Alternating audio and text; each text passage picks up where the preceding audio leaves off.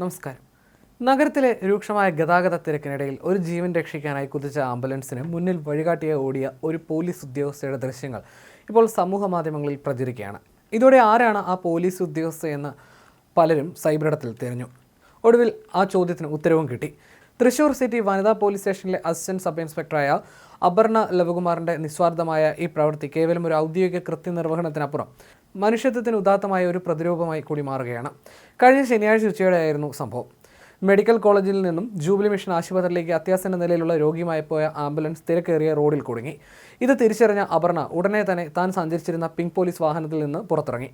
ആംബുലൻസിന് മുന്നിൽ ഏറെ ദൂരം ഓടി മറ്റു വാഹനങ്ങളെ വശങ്ങളിലേക്ക് മാറ്റിക്കൊണ്ട് വഴിയൊരുക്കുകയായിരുന്നു.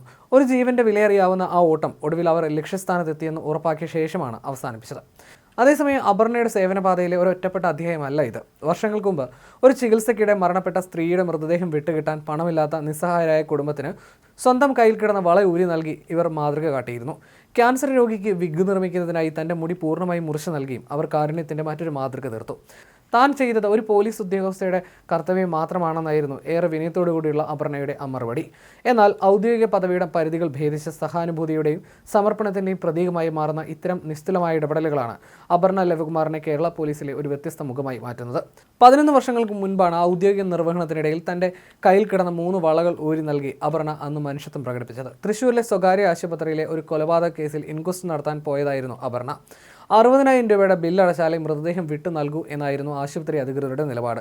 ഗാർഹിക പീഡനത്തെ തുടർന്നായിരുന്നു ആ സ്ത്രീ മരിച്ചത്. അമ്മയുടെ മൃതദേഹം ഏറ്റുവാങ്ങാൻ വഴിയില്ലാതെ കണ്ണീരോടെ നിൽക്കുന്ന അവരുടെ മക്കളെ കണ്ട് മനസ്സലിഞ്ഞപ്പോഴാണ് അപർണ തൻ്റെ കയ്യിലെ 3 വളകൾ അവർ കൂരി നൽകിയത്. ആ സംഭവം നടന്ന് 11 വർഷങ്ങൾക്കിപ്പുറം അപർണ വീണ്ടും വാർത്തകളിൽ നിറഞ്ഞു.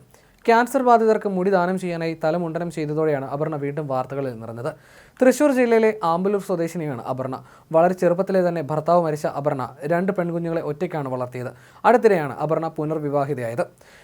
ട്രാഫിക് നിയമങ്ങളെപ്പറ്റിയും വ്യക്തിസുരക്ഷയെപ്പറ്റിയും സ്കൂളുകളിൽ ക്ലാസ് എടുക്കാറുണ്ട് അപർണ. സെപ്റ്റംബറിൽ അത്തരമൊരു ക്ലാസ് എടുക്കാൻ പോയപ്പോഴാണ് മുടി ദാനം ചെയ്യാൻ തീരുമാനമെടുത്തതെന്ന് അപർണ പറയുന്നു.